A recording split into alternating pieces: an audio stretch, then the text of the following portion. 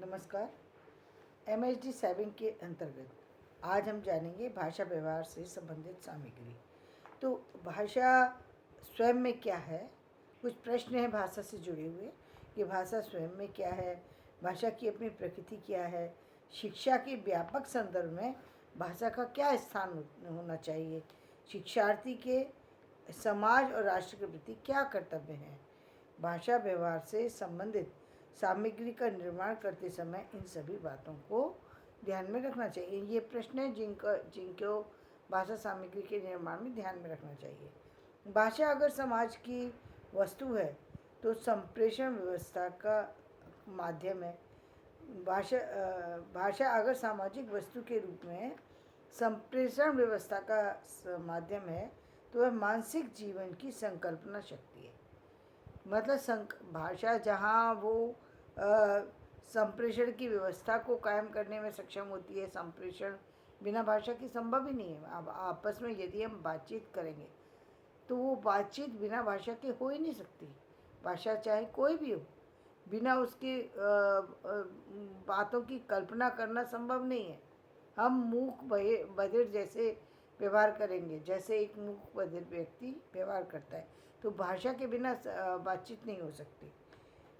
योग्य शिक्षक का दायित्व के वह विषय वस्तु से छात्रों के सम्मुख सही भाषा प्रयोग को बांधकर शिक्षार्थी तक पहुँचाए। ये सही तरीके से उस भाषा की का जो व्यवहार कैसे किया जाए, इसको सही ढंग से प्रस्तुत करें। भाषा प्रयोग या भाषा व्यवहार के 3 निश्चित संदर्भ देखे।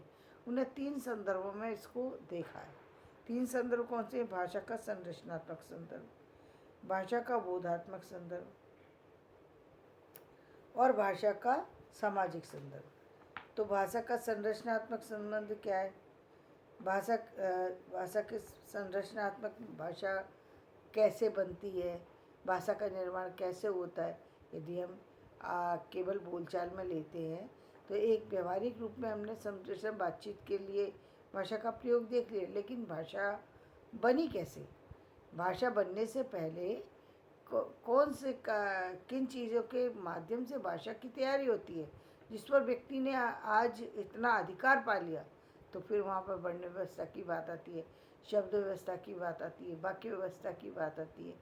एक तो ये बात आती है। इसके बाद फिर उसकी ये जो कहते हैं वाक्य रचना, भाषा रचना, संरचनात्मक जो शैली, जो हम बातों को घुमा फिरा करके जो बोलते हैं, वो उसका निर्माण की बात आ जाती है।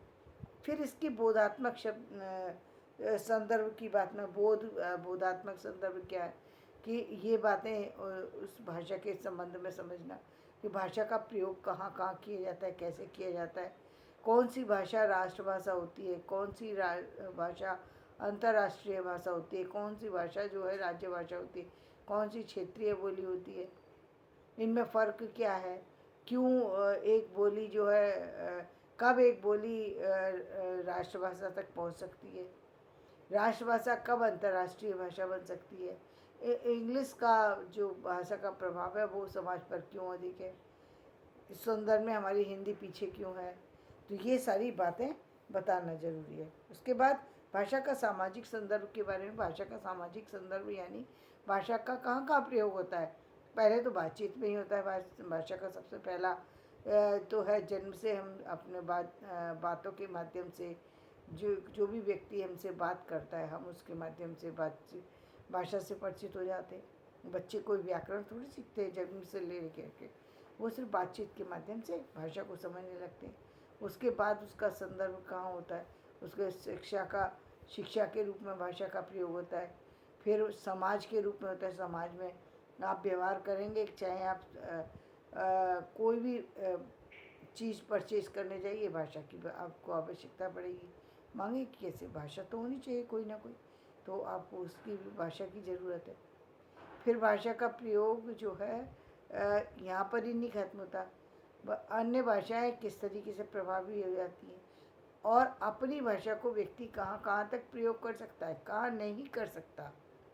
भाषा का संबंध यदि हम देखने की कोशिश करें तो हम ये भी सब एक विषय ये भी है कि उसका जो अन्य विषयों से जो जुड़ाव है उसमें उसका व्यापक रूप कैसे निर्मित हुआ, उसका क्या कारण है, उसमें संगीत व्यवस्था में भाषा का क्या महत्व है, भाषा कब बदलती है, भाषा पर अन्य भाषा का प्रभाव कैसे पड़ता है, इन सब बातों की चर्चा की जाती है। तो धन्यवाद।